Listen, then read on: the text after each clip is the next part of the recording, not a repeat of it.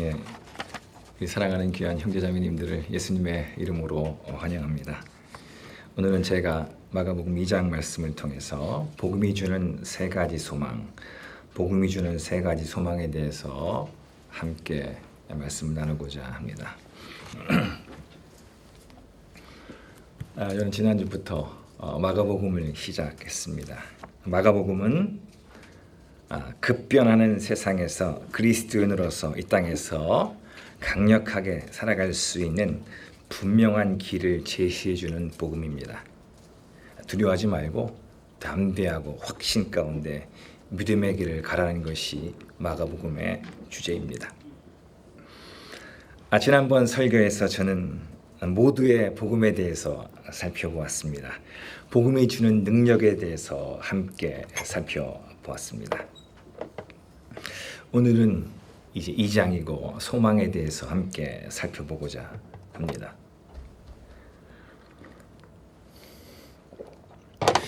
지난해 우리나라 통계청에 의하면 인구 10만 명당 자살 사망자 수는 27.3명입니다. 9년 만에 최고치를 경신했습니다. 코로나 이후에 사회적 고립과 상대적인 박탈감들이 극단적인 선택을 가져오게 한 것 같습니다. 이것은 우리가 알다시피 OECD 회원국 중에서 단연코 1위입니다. OECD 평균이 10.7명이거든요. 그러니까 2배를 넘어서 거의 3배에 육박하는 숫자입니다. 지난해에 비해서도 8.5% 정도가 늘었습니다. 이것은 하루 평균 한 35.4명이 죽어간다는 것입니다. 2시간마다 한 3명 정도가 자살합니다. 문제는 뭐냐면 10대 사망 원인 중에서 자살이 아주 압도적인 일이라는 것입니다. 소망을 잃고 절망적으로만 삶을 보았을 때 극단적인 선택을 하는 것을 봅니다. 특별히 우리의 청소년들의 상태는 좀 심각한 것 같습니다. 아직 피기도 전에 질 수 있기 때문에 그렇습니다. 삶의 의미를 찾지 못해 잘못된 선택으로 인해서 안타깝게 삶을 끝내는 것을 보면서 참 마음이 어렵습니다.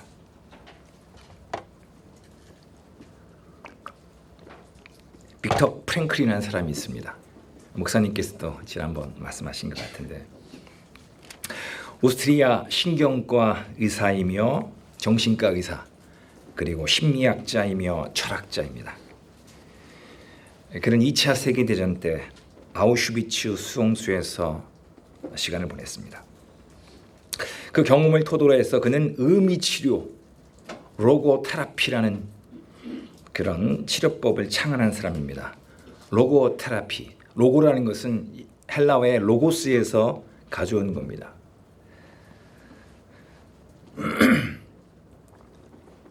그 내용은 뭐냐면 어떤 극한적인 상황에서도 의미를 찾아낼 수 있다라는 것입니다. 그가 쓴 책이 죽음의 수용소라는 책입니다. 원어로는 이렇습니다. Man's Search for Meaning입니다. 우리나라 말로 하면 뭐냐면 한 인간이 의미를 찾는 추구함입니다. 우리나라는 죽음의 수용소라는 제목으로 이렇게 번역했습니다. 그런 이 책을 통해서 사람은 어떠한 시련과 고통 속에서도 자신의 삶에 의미를 부여할 수 있는 자유가 있다라고 얘기를 합니다. 그리고 이를 통해서 한 사람은 정신적이고 그리고 또 심리적으로 성장에 이룰 수 있다라는 것을 이 책에 썼습니다. 그가 그런 시야를 가질 수 있었던 것은 뭐냐면 그곳에서 그런 최악의 상황 가운데서도 하나님을 찾았고 그리고 하나님께 끊임없이 대화하고 물어본 결과로 이런 책이 나온 것입니다. 이것은 저는 복음과도 일맥상통하는 바가 있다고 생각을 합니다. 여러분, 복음이 무엇입니까?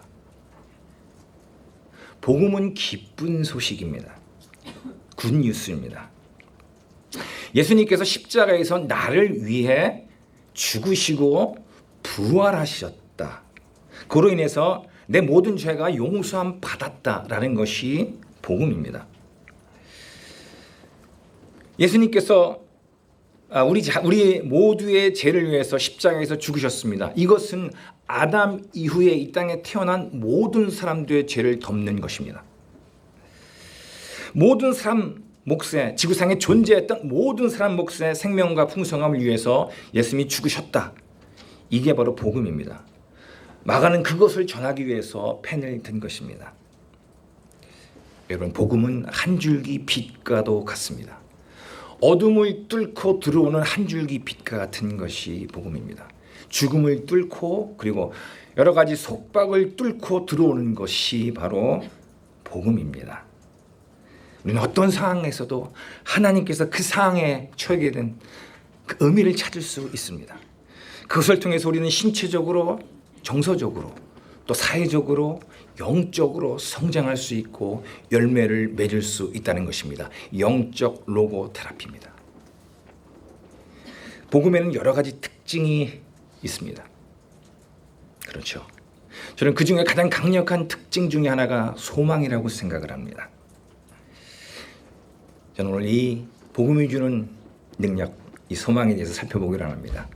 우리의 모든 필요를 채우시는 능력의 말씀, 또 우리의 잃어버렸던 것을 되찾게 해주는 그 회복의 그 복음, 그리고 우리를 얽어매는 모든 속박에서 벗어나게 하는 자유의 복음에 대해서 이 세 가지 소망에 대해서 한번 살펴보기를 원합니다.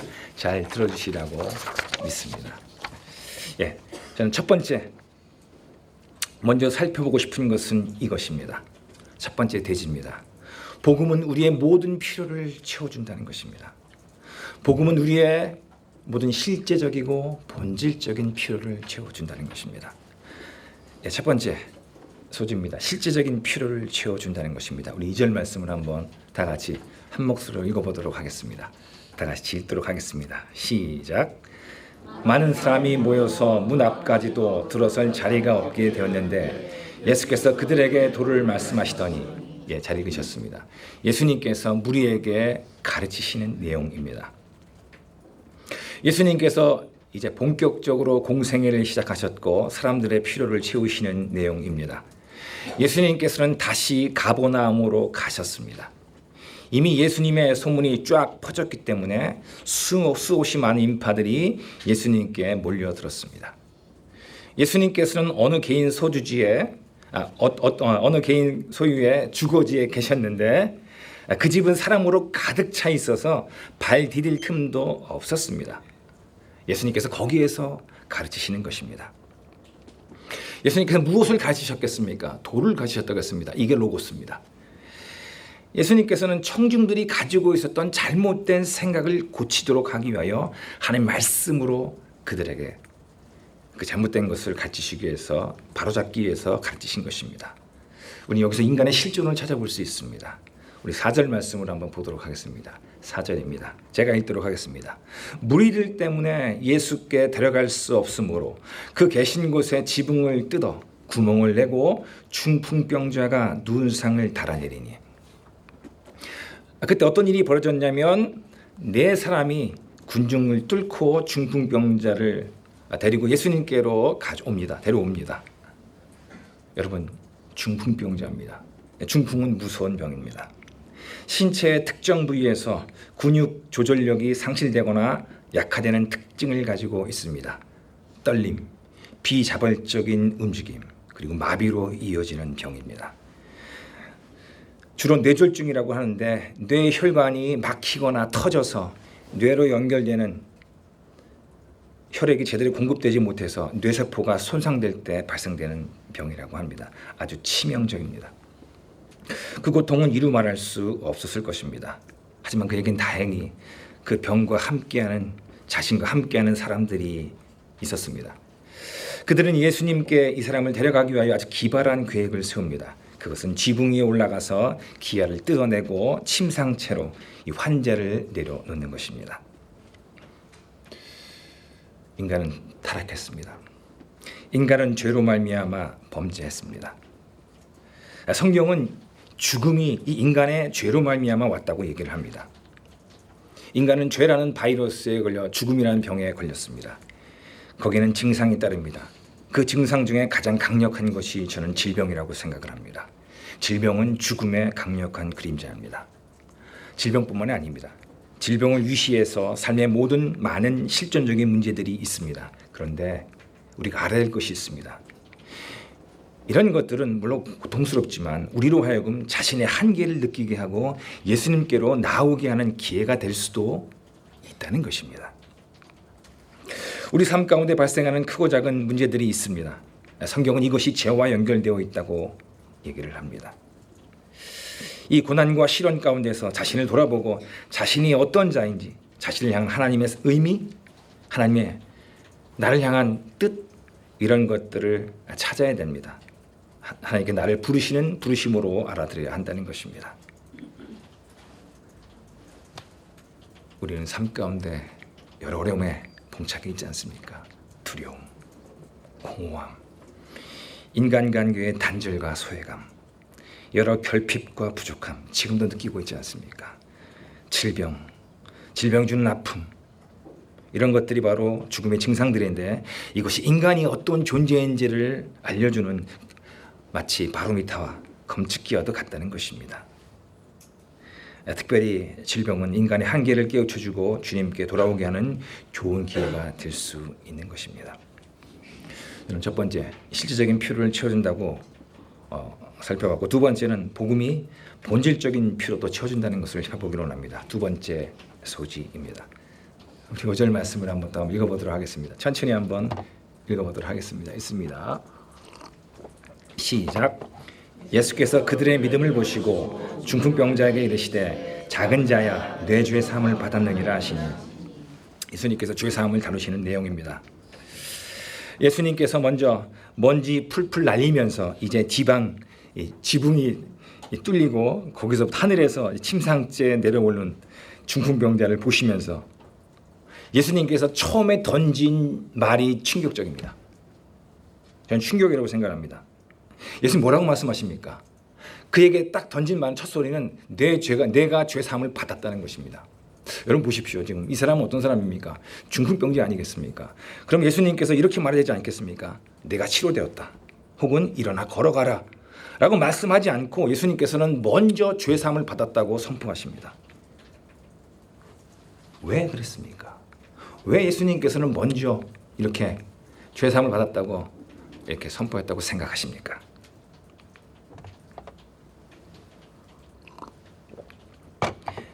중풍병자의 고통은 극심했습니다. 그렇겠죠. 경험하지 않으면 모를 것입니다. 그런데 중풍병자를 정말 어렵게 한 것이 있었습니다. 그를 어렵게 한 것은 불편한 거동과 다른 사람들의 도움 없이는 움직일 수 없는 부자연스러움이 아니었습니다. 그보다 그에게 더 큰 고통이 있었습니다. 그것은 중풍병에 대한 주변의 인식이었습니다. 그 당시에는 이런 큰 병은 죄 때문에 걸렸다고 생각했습니다. 우리 지난주에 우리 이승희 목사님 설교 말씀을 통해서 실로암 소경에 대해서 얘기를 들었었는데, 그 당시에는 이 중풍병에 대해서 그가 그런 병에 걸린 만큼의 죄를 지었다는 생각을 갖고 있었다는 것입니다. 이것이 사실일 수도 있고 아닐 수도 있습니다. 그러나 그런 것에 상관없이 그는 극심한 죄책감에 시달리고 있었던 것입니다. 예수님께서는 그의 내면을 보시고 따뜻하게 작은 자여,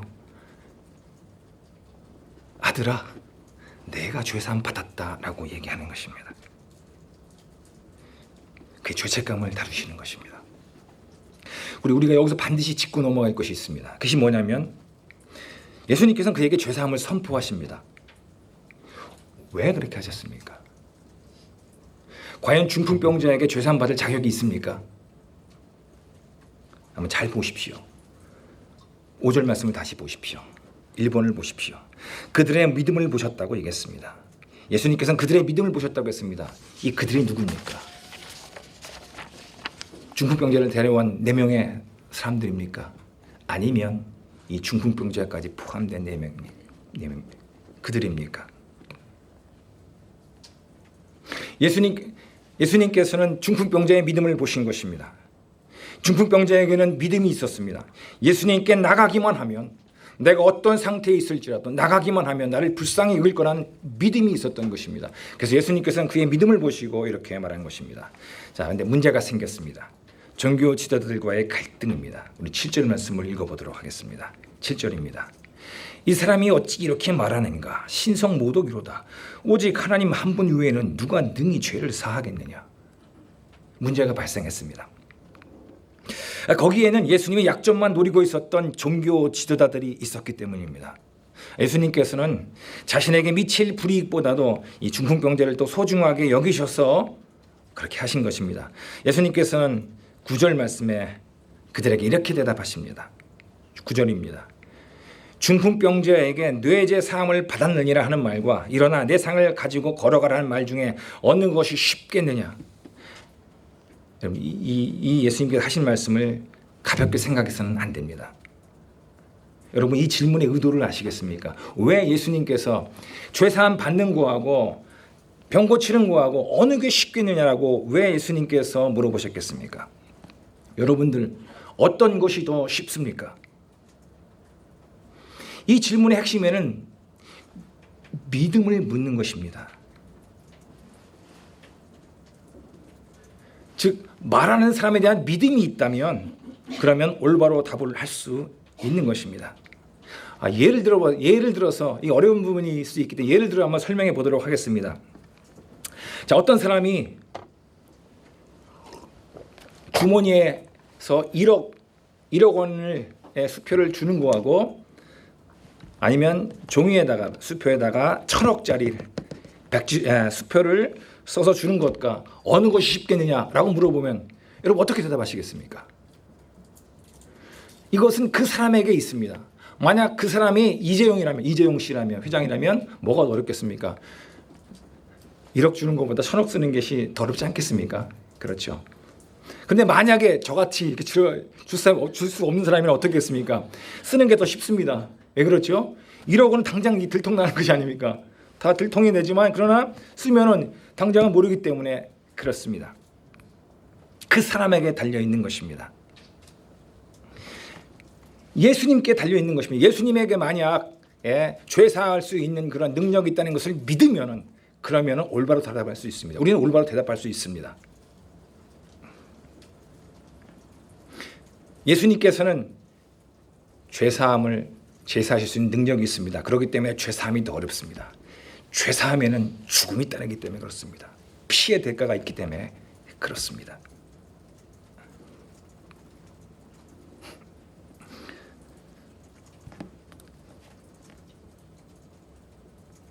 그러나 그저 확인되지 않을 때는 그냥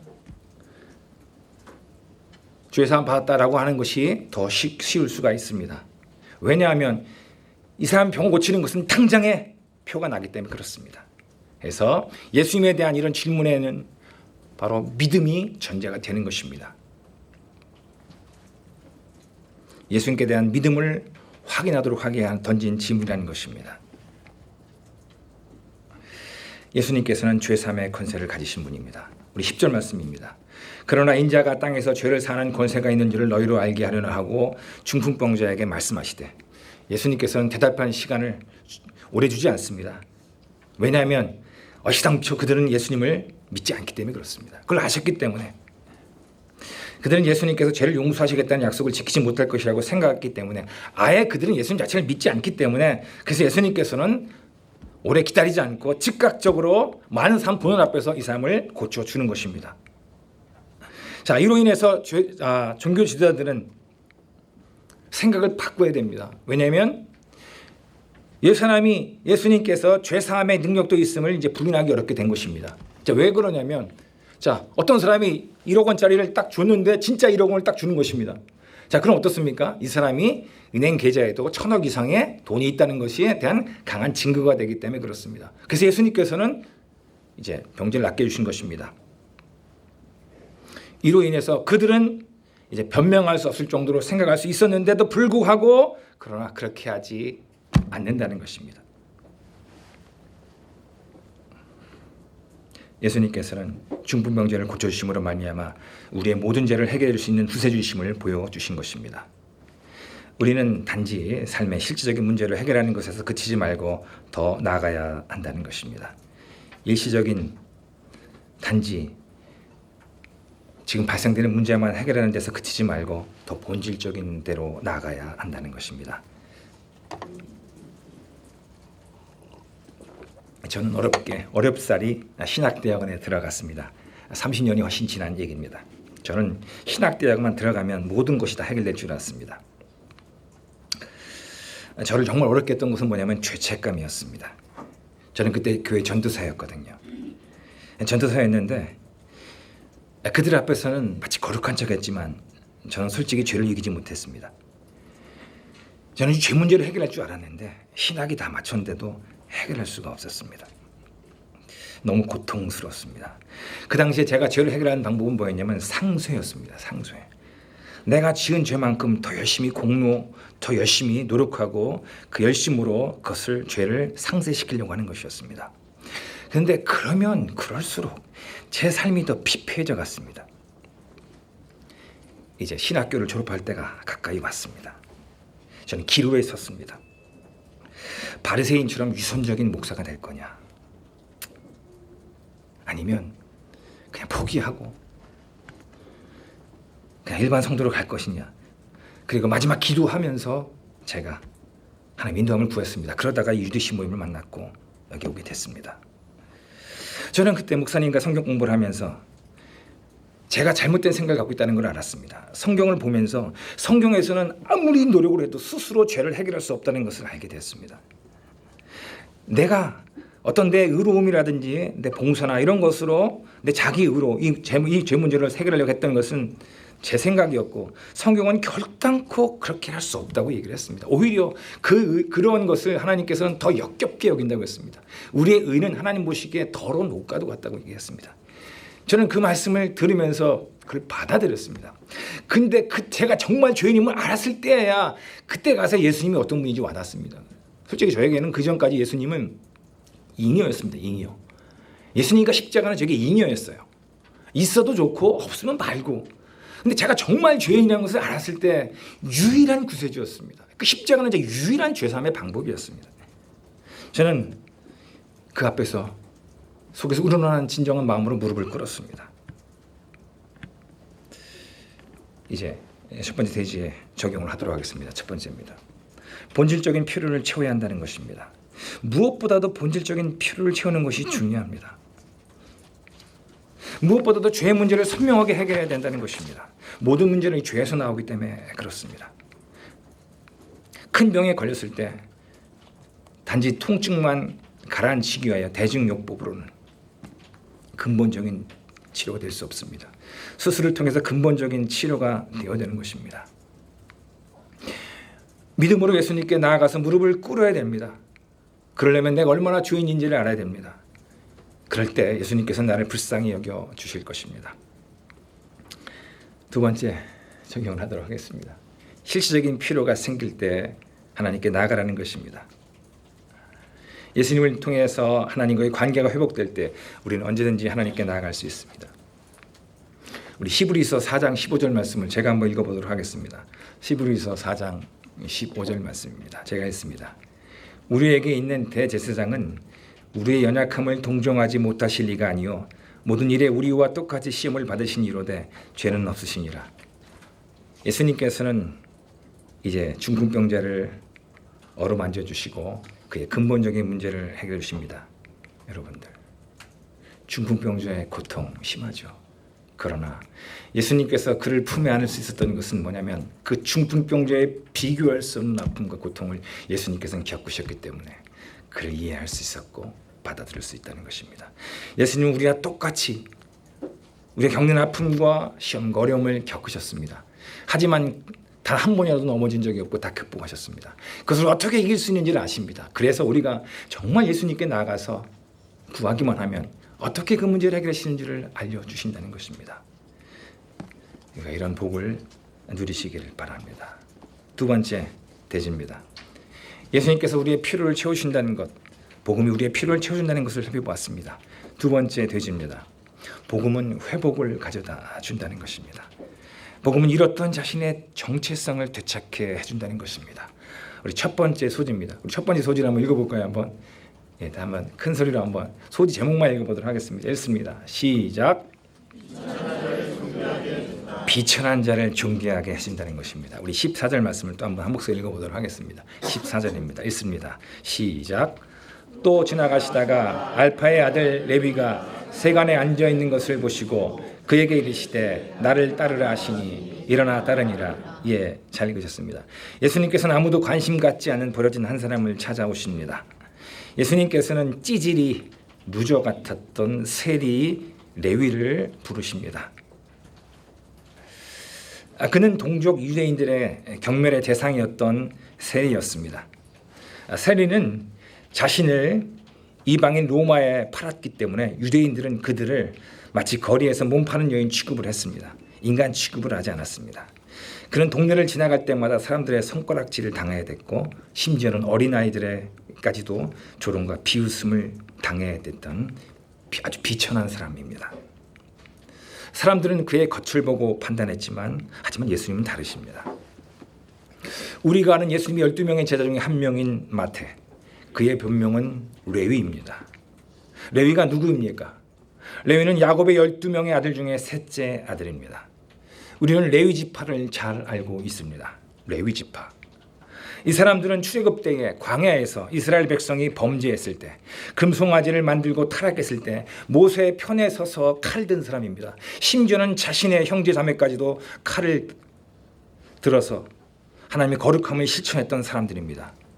그들은 나중에 이스라엘의 성전과 그리고 제사를 책임지는 지파가 됩니다. 이 레위라는 이름이 자신의 이름을 가진 사람이 마태입니다. 그의 직업이 무엇입니까? 세리입니다. 그의 내면의 갈등은 아마 이루 말할 수 없었을 것입니다. 예수님께서 우리 다시 한번 본문 말씀을 보십시오. 14절입니다. 예수님께서 그를 보셨다고 했습니다. 그를 보시고, 여기서 보셨다는 말은 그냥 단순히 봤다는 얘기가 아닙니다. 원어로 보면 이 말은 아주 주목해 봤다는 것입니다. 자세히 살펴보았다는 것이었습니다. 아무도 알지 못했지만 이 마태는 준비된 사람이었습니다. 그는 겉으로는 세리였지만 그의 내면으로는 이스라엘의 회복을 간절히 바라고 있었던 사람입니다. 자, 이 사람이 쓴 책이 무엇입니까? 마태복음입니다. 여러분 마태복음 읽어보셨죠? 마태복음에는 구약 성경이 약 99번 인용되어 있습니다. 99차례나 인용되어 있습니다. 이것은 나머지 3개의 복음서, 마가복음, 누가복음, 요한복음에 나와 있는 구약 성경의 인용보다 더 많습니다. 한번 찾아보십시오. 그는 구약의 말씀을 통해서 예수님이 정말 우리의 구세주심을 증명하려고 했고 우리 진정한 왕이라는 사실을 보여주려고 했습니다. 구약 성경 말씀을 통해서 그렇게 하려고 했습니다. 만약 마태가 없었다면 우리는 마태복음 5장에서 7장에 나와 있는 산상수훈을 누구에게서 듣겠습니까? 마태복음 11장 28에서 28장에 있는 수고하고 무거운 짐진 자들아 다 내게로 오라. 내가 너희를 쉬게 하리라. 나는 마음이 오냐고 겸손하니. 이 말씀을 도대체 어디서 듣겠습니까? 만약 마태가 없었다면 마태복음 28장 19, 20절 말씀에 있는 지상사명을 누구에게 듣겠습니까? 볼지어다 내가 끝날까지는 아니다. 그러므로 너희는 가서 모든 민족을 제자로 삼아 아버지와 아들과 성령의 이름으로 세례 베풀고 내가 너희에게 분부한 모든 것을 가르쳐 지키게 하라. 볼지어다 내가 세상 끝날까지 너희와 항상 함께 있으리라 하시니라. 이 지상사명을 어디서 듣겠습니까? 물론 예수님께서 다른 방법으로 또 하셨겠죠. 예수님께서는 그를 알아보셨습니다. 그리고 그를 알아보시고 나를 따르라고 했습니다. 이 나를 따르라는 말은 복종의 의미가 먼저 담겨져 있습니다. 하지만 동행하고 교제하는 의미도 담겨 있습니다. 나를 따라만 와라. 그러면은 네가 변화될 것이라는 것입니다. 예수님께서 그를 부르셨을 때 마태는 단 한마디 말도 하지 않습니다. 과묵하게 그냥 따릅니다. 이 사람은 대단히 말보다 행동으로 보여주는 과묵한 사람입니다. 예수님은 그의 잠재력을 아시고 그를 부르신 것입니다. 이제 그의 잠재력을 꽃피우신 것입니다. 흙수저였던 마태가 금수저로 바뀌어진 것입니다. 여러분 보십시오. 사람은 하나님의 형상대로 지음받은 존귀한 존재입니다. 하지만 죄로 인해 타락했고 비천한 존재로 전락했습니다. 예수님께서는 바로 그런 자를, 그 비천한 자를 존귀한 자의 자리로 회복하기 위해서 이 땅에 오신 것입니다. 많은 사람들은 우리의 겉모습만 봅니다. 하지만 예수님 우리의 내면을 봅니다. 많은 사람들 우리의 현재의 모습만 봅니다. 하지만 예수님께서는 우리의 잠재력과 미래의 모습을 봅니다. 이게 차이입니다. 저는 제가 제자훈련을 처음 받았을 때 제가 제자훈련에 맞지 않다고 생각했습니다. 솔직하게 그렇게 생각했었습니다. 왜냐하면 30년 전 얘기지만 저는 할 수 있는 게 별로 없었어요. 저는 전형적인 흙수저입니다. 많은 게 별로 없었어요. 그래서 저는 너무 어려웠었어요. 그래서 내가 그만두는 것이 제자훈련을 도와주는 것이다라고 생각을 했었습니다. 그래서 그만두려고 했었습니다. 근데 그때 성령님께서 제게 어떤 음성을 들려주셨냐면 네가 적격이다라는 음성을 들려주셨습니다.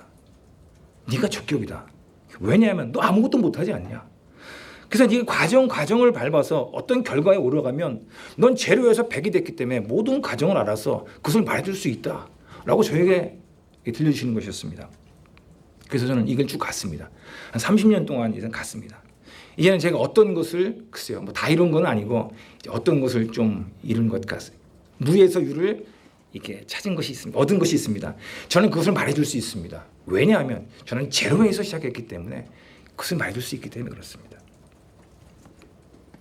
예수님은 흙수저를 금수저로 바꿀 수 있습니다. 자, 두 번째입니다. 두 번째 소재입니다. 누구라도 존귀한 자가 될 수 있다는 것입니다. 우리 15절 말씀을 또 한번 읽어보도록 하겠습니다. 우리 15절 말씀 다 같이 한 목소리로 읽어보도록 하겠습니다. 읽습니다. 시작. 그의 집에 앉아 잡수실 때에 많은 세리와 죄인들이 예수와 그의 제자들과 함께 앉았으니 이는 그러한 사람들이 많이 있어서 예수를 따름이라. 그러한 사람들이 많이 있어서 예수를 따름이라 하겠습니다. 어떤 죄를 짓고 어떤 배경이 있을지라도 존귀한 자가 될 수 있다는 것입니다. 마태는 예수를 만난 후에 변화되었습니다. 비천한 세리 마태가 아니라 존귀한 제자 마태가 된 것입니다. 그는 자신을 변화시킨 그 예수님께로 다른 죄인들을 초청해서 그들도 자신과 같은 변화를 받을 수 있도록 기회를 제공해 준 것입니다. 참으로 놀랍게도 이들에게는 그런 변화가 나타났습니다. 마태와 같이 예수님을 따르게 되었기 때문에 그렇습니다. 그러한 사람들이 많이 있어서 예수를 따릅니다. 얼마나 좋은 일입니까? 자, 그런데 정말 이런 사실을 기뻐해야 될 사람들이 아이러니하게도 시큰둥하고 분노하고 있는 사들이 있었습니다. 16절 말씀입니다. 제가 한번 읽어보도록 하겠습니다. 16절입니다. 바리새인의 서기관들이 예수께서 죄인 및 세리들과 함께 잡수시는 것을 보고 그의 제자들에게 이르되 어찌하여 세리 및 죄인들과 함께하는가. 종교 지도자들은 예수님을 비난합니다. 예수님과 어울리고 식사하고 교제를 한다고 문제를 제기합니다. 자, 그때 예수님께서 던진 말씀입니다. 우리 이 말씀을 통해서 예수님께서 이 땅에 오신 목적을 알 수 있습니다. 너무나 잘 알고 있는 구절인데 17절 말씀입니다. 제가 한번 읽어보도록 하겠습니다. 예수께서 들으시고 그들에게 이르시되 건강한 자에게는 의사가 쓸데없고 병든 자에게라야 쓸데있느니라. 나는 의인을 부르러 온 것이 아니요 죄인을 부르러 왔노라 하시니라. 예수님께서는 너무나 당연한 것 같은 비유의 말씀을 통해서 종교지도자들에게 말씀해 주십니다. 병자에게 의사가 필요하죠. 그렇지 않습니까? 병자에게 의사가 간절합니다. 하지만 건강한 자에게는 의사가 있어도 말고 없어도 그만입니다. 자신이 정말 병든 자인지를 알아야지만 의사를 찾아오는 것처럼 자신이 정말 죄인인지를 알아야지만 예수님께 찾아온다는 것입니다. 왜냐하면 예수님은 영혼의 의사이기 때문에 그렇습니다. 어떠한 죄라도 어떠한 죄의 질병에 걸려 있을지라도 예수님께 나가기만 하면 고칠 수 있는 영혼의 의사가 예수님이십니다. 하지만 자신이 의인이라고 생각을 하면 결단코 예수님께로 오지 않으실 것입니다. 예수님을 믿으면 신분의 변화가 나타납니다. 하나님의 자녀가 되는 것입니다. 종이 아닙니다. 노예가 아닙니다. 하나님의 아들, 하나님의 딸이 되는 것입니다. 자신에게 갖고 있었던 그 영적 원래의 그 자존감, 그 자부심을 되찾을 수 있는 것입니다. 보십시오. 육체의 자녀가 그 부모에게 아버지에게 찾아가서 도움을 요청할 때 그 아비가 어떻게 하겠습니까? 자신이 할 수 있는 한에서 최대한 도와주려고 하지 않겠습니까? 우리에게 하늘 아버지가 계십니다. 그분은 언제든지 나가기만 하면 도우십니다. 그 도움을 받아서 세리 레위 같던 자가 제자 마태 같은 자로 변할 수 있게 되는 것입니다. 저는 이 두 번째 세제를 대주를 마치면서 두 가지 정도 적용하고 싶습니다. 첫 번째입니다. 흙수저가 금수저가 될 수 있다는 것입니다. 좀 요즘 말을 좀 써봤습니다. 어울릴지 모르겠는데 혹시 자신이 흙수저라고 생각하시는 분 계십니까? 낮은 자존감으로 표현을 못하지만 어려워하는 분들이 계십니까? 우리 시편 113편 5절부터 8절 말씀을 같이 읽고 싶습니다. 시편 113편 5절에서 8절 말씀입니다. 제가 한번 읽어보도록 하겠습니다. 여호와 우리 하나님과 같은 이가 누구리요? 높은 곳에 앉으셨으나 스스로 낮추사 천지를 살피시고 가난한 자를 먼지더미에서 일으키시며 궁핍한 자를 거름더미에서 들어세워 지도자들 곧 그의 백성의 지도자들과 함께 세우시며 예수님께서 다가오셔서 손을 내미실 때 그 손을 잡고 일어서면 됩니다. 예수님을 따라가면 됩니다. 하나님 말씀과 성령의 인도하심을 따라갈 때에 그럴 때 서서히 흙수저가 금수저가 될 수 있습니다. 오히려 세상의 흙수저가 하나님의 보시기에 금수저가 될 수 있는 가능성이 더 높습니다.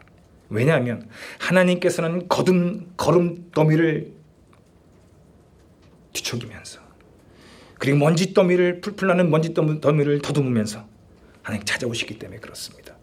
어떤 자들, 가난한 자들, 넘어진 자들, 비천한 자들, 자신이 죄로 인해서 죄책감으로 어떨지 모르는 그런 자들에게 오셔서 손길을 내미시는 것입니다. 그 손을 잡을 때 그는 흙수저에서 영적 금수저가 될 수 있습니다. 두 번째입니다. 예수님께 돌아오는 것을 막는 그 어떤 장애물도 제거하라는 것입니다. 우리는 언제든지 어떤 상황에서도 창조주 하나님을 믿고 성령의 도우심 가운데 예수님을 믿을 수 있습니다. 다시 시작할 수 있다는 것입니다. 다시 시작하지 못하게 할 죄는 없습니다. 내가 포기해도 될 정도로 좋은 실패와 실수는 없습니다. 다시 할 수 있습니다. 내가 했던 실수와 그 잘못이 나를 막지 못하게 깨어 있어야 됩니다. 나는 너무 죄가 많아. 나는 안 돼. 나는 실수성이야. 나는 자격이 없어 라고 하지 마십시오. 의사에게 병든 자가 필요한 것입니다. 자신의 죄인임을 알 때 그는 예수님을 찾을 수 있습니다. 지금은 끝이 아닙니다. 시작입니다. 지금이라 다시 시작할 수 있다는 것입니다. 저는 복음이 주는 소망 두 가지, 필요를 채워주며 회복한다는 것을 살펴봤습니다. 마지막 세 번째 소망입니다. 복음은 속박에서 자유롭게 한다는 것입니다. 복음은 모든 속박에서 우리를 벗어나게 해줍니다. 첫 번째입니다. 외적인 속박에서 자유롭게 합니다. 밖에서 안으로 가 있는 그 압박에서 우리를 자유롭게 합니다. 우리 18절 말씀 읽어볼까요? 읽습니다. 시작. 요한의 제자들과 바리새인들이 금식하고 있는지라 사람들이 예수께 와서 말하되 요한의 제자들과 제자들은 금식하는데 어찌하여 당신의 제자들은 금식하지 아니하나이까? 유대인들이 가하는 외적인 압박입니다. 유대인들은 금식을 문제 삼습니다. 그들은 왜 예수님의 제자들은 바리새인 제자들과 요한의 제자들은 다 금식하는데 왜 당신의 제자들은 금식 안 하냐고 따집니다. 여러분 보십시오. 금식이 무엇입니까? 구약 성경에 보면은 금식은 1년에 딱 한 차례 하게 되어 있습니다. 7월 12일 대속죄일 한 날에만 금식하도록 되어 있습니다. 하지만 유대인들은 여러 가지 이유로 해가지고 금식했습니다. 여러분 우리가 알 것은 금식이 나쁜 것은 아닙니다. 금식은 정말 좋은 영적 훈련 중에 하나라고 생각을 합니다. 왜냐하면 금식은 자신을 의지하지 않고 전폭적으로 하나님만을 의지한다는 표현이 되기 때문에 영적 굴복의 표현이기 때문에 좋습니다. 하지만 문제는 뭐냐면 유대인들은 이 금식을 사람을 올가매는 도구로 변질시켰다는 것입니다. 특별히 바리새인들은 일주일에 월요일과 목요일 정기적으로 금식을 했습니다. 그들은 이 금식을 자신들의 경건을 드러내는 도구로 삼았고 큰 자부심을 느꼈습니다. 문제는 뭐냐면 이들이 이러한 경건을 다른 사람들을 판단하고 다른 사람들을 속박하는 도구로 이 금식을 전락시켰다는 것입니다. 자, 이에 대한 예수님의 답변은 예수님은 진리로 분별하십니다. 진리로 답변하십니다. 예수님께서는 차분히 신랑집 예화를 통해서 대답해 주십니다. 우리 19절과 20절 말씀 또 제가 한번 읽어보도록 하겠습니다. 제가 했습니다. 혼인집 손님들이 신랑과 함께 있을 때 금식할 수 있느냐? 신랑과 함께 있을 동안에는 금식할 수 없느니라. 그러나 신랑이 빼앗길 날이 이르니 그날에는 금식할 것이니라. 예수님께서는 그 당시의 풍속을 인용하셔서 대답하신 것입니다. 자, 그 당시에는 이 결혼을 상당히 귀중히 여겼습니다. 혼인을 귀하게 여겼습니다. 그래서 지금과 달리 우리 신랑 신부가 결혼하자마자 신혼여행을 떠나지 않았습니다. 며칠 동안 함께 머물렀습니다. 이때는 축제의 분위기였습니다. 그래서 이때는 금식이 완화되었습니다. 그래서 바리새인들조차도 이때만큼은 금식을 하지 않았습니다. 예수님께서는 바리새인이 이런 사실을 잘 알고 있었기 때문에 바로 그 혼인집 비유를 얘기하는 것입니다. 내가 그 신랑과 같은 존재다라고 얘기를 하는 것입니다. 진리로서 그들의 잘못을 가르쳐 주는 것입니다. 예수님께서는 더 나아가서 이제 새로운 시대가 도래되었다는 것을 말씀해 주십니다. 새로운 생뼈 조각을 낡은 것에 붙이지 않고 새 포도주를 낡은 가죽 포도에 넣지 않는 것처럼 이제 새로운 시대가 도래됐다고 얘기를 합니다. 율법의 시대가 아니라 은혜의 시대가 도래됐다고 얘기를 합니다. 여러분, 제가 여러분들에게 한번 질문을 하나 던지겠습니다. 여러분들 율법과 율법의 차이를 아십니까? 율법과 율법주의의 차이. 율법과 율법주의의 차이를 아십니까? 율법과 율법주의는 뭐가 다릅니까? 여러분들 권위와 권위주의는 뭐가 다릅니까? 권위는 한 사람이 갖고 있는 정당한 권위입니다. 권한이고 영향력입니다. 권위주의는 뭡니까? 그 권위주의는 자신이 갖고 있는 권한을 잘못 사용해서 강제적으로 다른 사람들에게 압력을 가해서 억압적으로 통제하려고 하는 것이 권위주의 아니겠습니까? 율법과 율법주의는 차이가 있습니다. 율법은 무엇입니까? 율법은 하나님 백성에게 주신 의무와 특권입니다. 이게 율법입니다. 그럼 율법주의는 뭡니까? 그것을 이용해 가지고 어떤 집단들이 특별한 어떤 이익을 얻기 위하여 그것을 변질시키는 것이 율법주의입니다. 율법은 하나님을 위하지만 율법주의는 사람 중심입니다. 율법의 정신, 특별히 하나님을 사랑하고 이웃을 사랑하는 정신을 소중히 여기지만 율법주의는 항상 겉으로 드러나는 문자와 활자, 내용을 중요하게 여기는 것입니다. 율법은 자원하는 마음으로 하나님을 찾게 하지만 율법주의는 강제로 억지로 시키게 하는 것입니다. 결정적인 율법과 율법주의의 차이가 있습니다. 그것은 뭐냐면 율법은 지킬 수가 없습니다. 율법은 결국은 자기 한계를 느껴서 그 은혜로 하나님께 돌아가게 하는 것이 이 율법의 진정한 목적입니다. 그런데 율법주의는 오히려 은혜를 배척하게 합니다. 사람에게 두려움을 주어서 사람에게 무서움을 심게 해서 자신들을 섬기게 하는 것입니다. 예수님으로 말미암아 이제 그 율법의 시대가 아니라 은혜의 시대가 도래됐다고 말씀하시는 것입니다. 새 포도주는 새 부도에 담아야 되는 것처럼 이제 율법의 시대가 아니라 은혜의 시대가 왔다는 것을 예수님께서 보여주신 것입니다. 이 복음만이 두려움에 대해서 올바로 대처할 수 있습니다. 첫 번째, 외적인 속박에서 자유롭게 한다면 두 번째입니다. 내적인 속박에서도 자유롭게 합니다. 우리 23, 24절 말씀을 한번 읽어보도록 하겠습니다. 마지막이니까 한번 큰 소리로 한번 읽었으면 좋겠습니다. 우리 23절과 24절입니다. 읽습니다. 시작. 안식일에 예수께서 밀밭 사이로 지나가실새 제자들이 길을 열며 이삭을 자르니 바리새인들이 예수께 말하되 보시오 저들이 어찌하여 안식일에 하지 못할 일을 하나이까. 바리새인들은 안식일을 변질시켰습니다. 안식일은 어떤 의미가 있습니까? 안식은 그 말 자체로 안식 자체 쉬는 날입니다. 하나님께서 6일 동안 세상을 창조하시고 안식한 날입니다. 그날을 기억하라고 하신 것입니다. 안식일의 의미는 쉼입니다. 완전한 쉼입니다. 그런데 이 유대인들은, 이 바리새인들은 그 안식일에 오히려 쉬지 못하게 했습니다. 그들은 안식일에 해서는 안 되는 일, 안식일을 잘 지킨다는 명목으로 해서는 안 되는 일 39가지를 이 범주로 정해서 지키게 했습니다. 꽁꽁 그들을 올고매게 하는 것입니다. 우린 이것을 장로들의 유전 혹은 전통이라고 합니다. 그 9가지 중에 대표적인 것은 뭐냐면 물건 나르면 안 된다. 태워서는 안 된다. 불을 꺼서는 안 된다. 일을 마무리해서도 안 된다. 글 써서도 안 된다. 어떤 것을 지워서도 안 된다. 요리해서도 안 된다. 손 씻지 마라. 매듭 짓지 마라. 불어서도 안 된다. 타작하지 말아라 등등등 39가지의 항목을 정해서 압박했습니다. 제도들은 안식일 날 너무 배가 고팠습니다. 밭을 지나가면서 이삭을 보면서 너무 배고팠기 때문에 그들은 이제 밀을 따먹었습니다.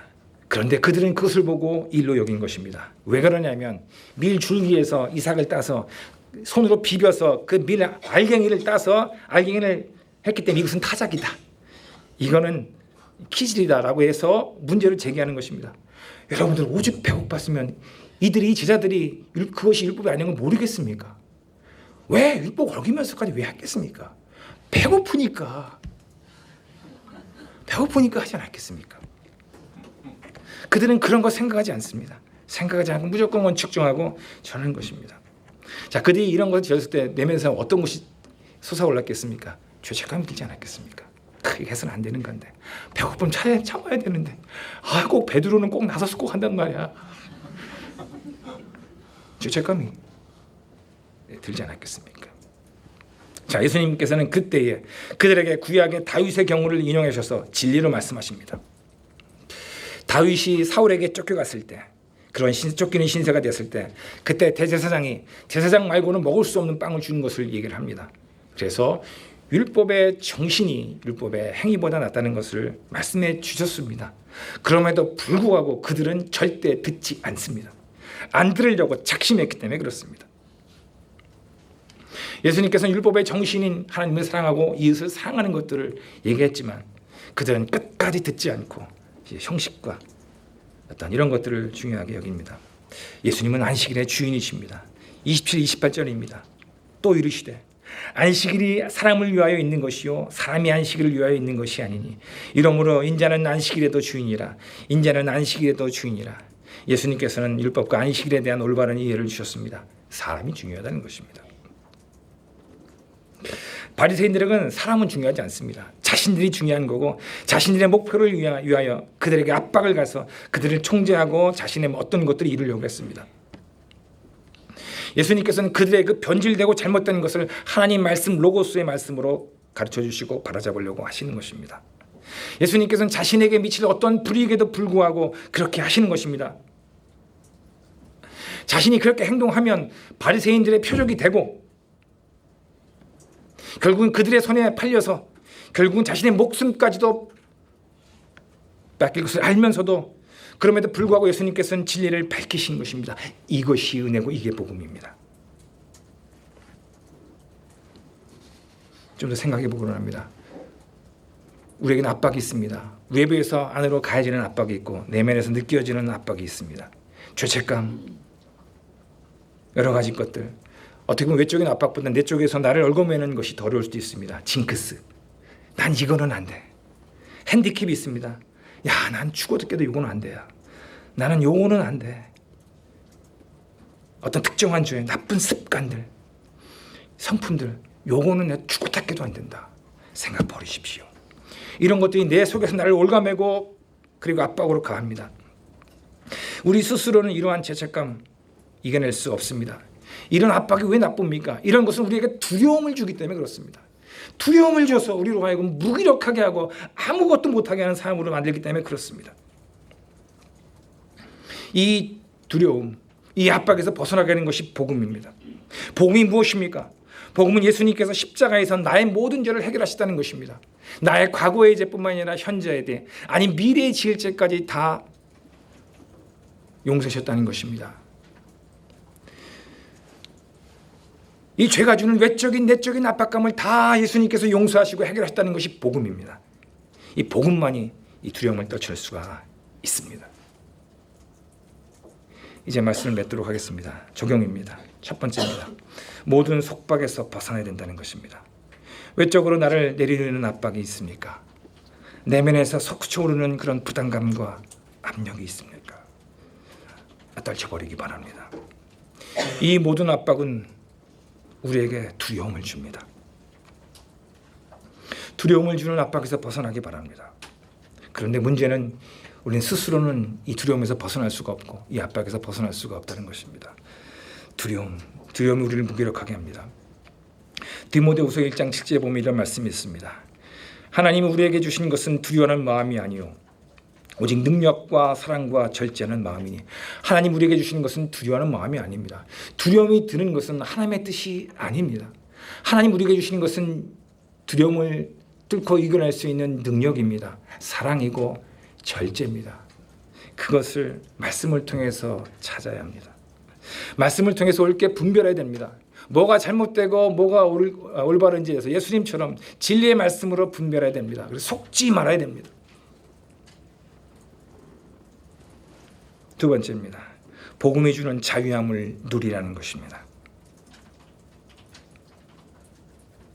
단지 그저 어떤 것을 해결하는 것에서 그치지 말고 본질적인 것으로 나가되 특별히 복음이 주는 진정한 자유함을 누리시기 바랍니다. 복음의 자유함이 있습니다. 로마서 8장 1절과 2절 말씀입니다. 로마서 8장 1절과 2절 말씀입니다. 그러므로 이제 그리스도 예수 안에 있는 자에게는 결코 정죄함이 없나니 이는 그리스도 예수 안에 있는 생명의 성령의 법이 죄와 사망의 법에서 너를 해방하였습니다. 예수님을 믿을 때 이러한 정체성을 가질 수 있습니다. 예수님 안에 있을 때만이 정죄함을 받지 않습니다. 저는 아침마다 이 로마서 8장 1, 2절 말씀을 읽습니다. 경건의 시간 하기 전에 꼭 읽습니다.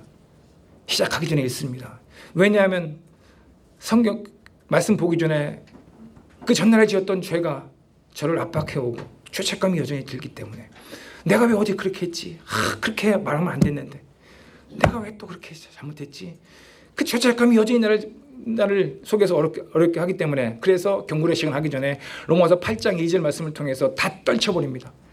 그래 다 지워버립니다. 고무로 지워버리듯이 다 지워버립니다. 나는 죄가 없는 죄인이고 의가 없는 의인이다라고 얘기를 합니다. 매일 아침 이것을 확인한 다음에 제 정체성, 나는 하나님의 아들이야. 정체성을 확인한 다음에 말씀 봅니다. 여러분들도 이렇게 자기 자신을 확증하기 바랍니다. 여러분들 끝이 아닙니다. 시작입니다. 끝이라고 생각하면 극단적인 선택을 할 수 있습니다. 여러분 어떠한 상황에도 끝이 아닙니다. 시작입니다. 한번 따라해 보시기 바랍니다. 끝이 아니다. 시작이다. 진정한 시작은 아직 시작도 안 했습니다. 끝이 아니라 시작입니다. 그리스도인들은 오뚜기입니다. 복음을 누릴 때만이 진정 오뚜기같이 다시 일어나서 믿음의 길을 갈 수 있습니다. 저는 여러분들이 이 복음에 주는 소망을 통해서 진정한 그리스도 안에서 자유함을 누리고 빛 가운데서 자유함을 누리고 아직도 어둠 가운데 있는 영혼들을 긍휼히 여기시는 귀한 형제자매님 되시기를 예수님의 이름으로 부탁의 말씀을 드리겠습니다. 이제 말을 맺히도록 하겠습니다. 첫 번째, 복음은 우리의 필요를 채워줍니다. 우리의 본질적이고 실질적인 필요를 채워줍니다. 두 번째, 복음은 우리를 회복시켜줍니다. 우리의 잃어버렸던 우리의 정체성, 우리가 하나님의 아들이고 하나님의 딸이라는 그 잃었던 신분을 되찾게 해줍니다. 우리에게 진정한 자존감을 갖게 해줍니다. 존귀한 삶임을 알게 해줍니다. 세 번째, 복음은 우리의 모든 속박에서 우리를 벗어나게 합니다. 외적, 내적, 죄책감과 그 어떤 것도 거기서부터 자유케 합니다. 이런 것을 받아들이시는 귀한 형제자매님 되시기를 예수님의 이름으로 다시 한번 부탁의 말씀을 드립니다. 기도하시겠습니다.